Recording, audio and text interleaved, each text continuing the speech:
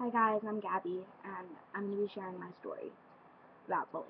And a lot of people probably don't really know what it's like to be bullied, but they probably have seen bullying, like calling somebody a name online, like fat, ugly, stupid, a slut. I've been called all that, so it sort of affects me when somebody calls me it.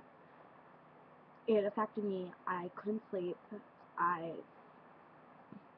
couldn't eat. I would eat too much in some days, or I wouldn't eat at all in other days. And it was just I wouldn't have the energy to do anything. A lot of people don't know how that affects somebody. I started suffering from depression at what age am I? So, yeah, it was just name after name after name, and it was my best friend who was doing this, and it was just the worst of it all. Like, having your best friend be the one who supports you through everything, and then just stabs you in the back the moment you do something wrong to her. I know I called her a name, and I felt so bad for it, and she was like, "Oh, you're bipolar, depressed, go kill yourself, you ugly bad, nobody wants you." That's my impression of her now. It's my impression on everyone. No, I'm kidding. If I don't like you, I don't do an impression, but I don't know. Okay, back to the story. But I was like, why would she say these things? And I started feeling alone and that nobody cared because she was calling me worthless. It was just really bad. And at this time, my boyfriend was trying to help me. He was like, "Oh, you're perfect, you're beautiful, you're this." And I was like, "No, I'm not." And he was like, "Fine, if you don't think you are, then you're not." And he was just putting me through a lot of crap. But I still, like, he's still my best friend because he's very funny. So, yeah. It's just, like, he cheers me up when I'm down now because he didn't know I was suffering from depression and anxiety. And he was just like, oh, now, like, he knows, like, how to make me happy and stuff. And he's just like, "Hey, I want to be with you again." And he's like, "Nah." And a lot of people didn't get what they were doing to me. I was out of school for 5 weeks, and the last week I just didn't feel like showing up because I was too afraid I was going to come back to school, and people were going to be like, "Oh, you were here, you were there, you were this," when I just had a concussion. A lot of people wouldn't really believe that. So I skipped school the last week. Like, I was out for 4 weeks, and last week I just skipped completely. And I felt like when I was come back, everyone would just be like, "Oh, you're ugly, you're fat, you're this, you're that." So that's why I didn't go to school that week. I was afraid to get bullied, and I was afraid to be called names. I'd rather be physically beaten up than be called a name. Like, I have trust issues now because I don't trust somebody until they do something to deserve my trust. Like, it takes forever to gain trust, 1 second to lose it. I learned that from my health teacher. She said that so many times. I was like, I'm gonna use that. Okay, go to him for that thing. Mr. Stanley's the best. Okay, but back to this. Um, so I'm trying to be serious and I can't. Oh my god. Alright, back to seriousness.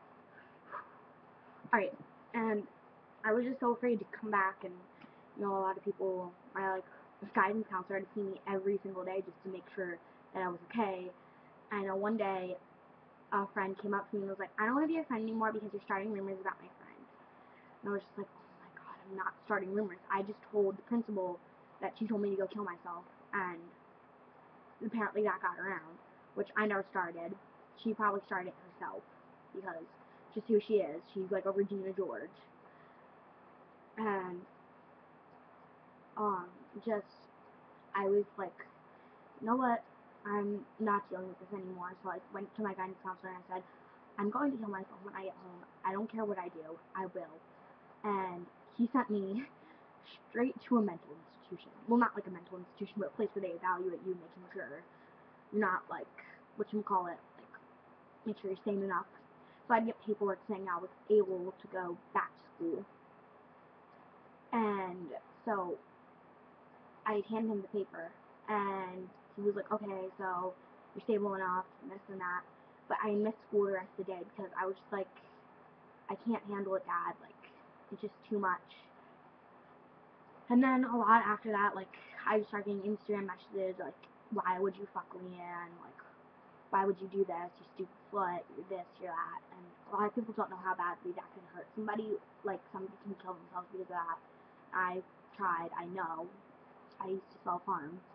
Sometimes if it gets to a point where I feel like I have to, I don't have anybody to talk to anymore because my best friend, he killed himself, and it's just, I have nobody now.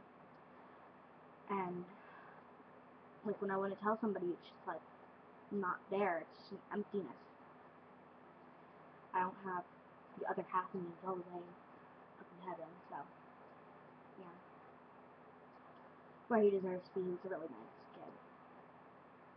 So yeah. And a lot of people were telling me like online that like, oh, if you want to kill yourself, go ahead. It's your choice, your chance. And why are you even talking to me? Just because I want to say sorry to that girl. If I said anything that may have hurt her or made her want to do anything she regretted later on in life, that I just said sorry about. And she was just like, well, you're not sorry, you're not this, you're not anything. So, yeah, that's my story about depression, and yeah, I try to take this very seriously. I'm sorry if I didn't take it very seriously. Just that in serious conversations, I'm just like, nah. So, yeah.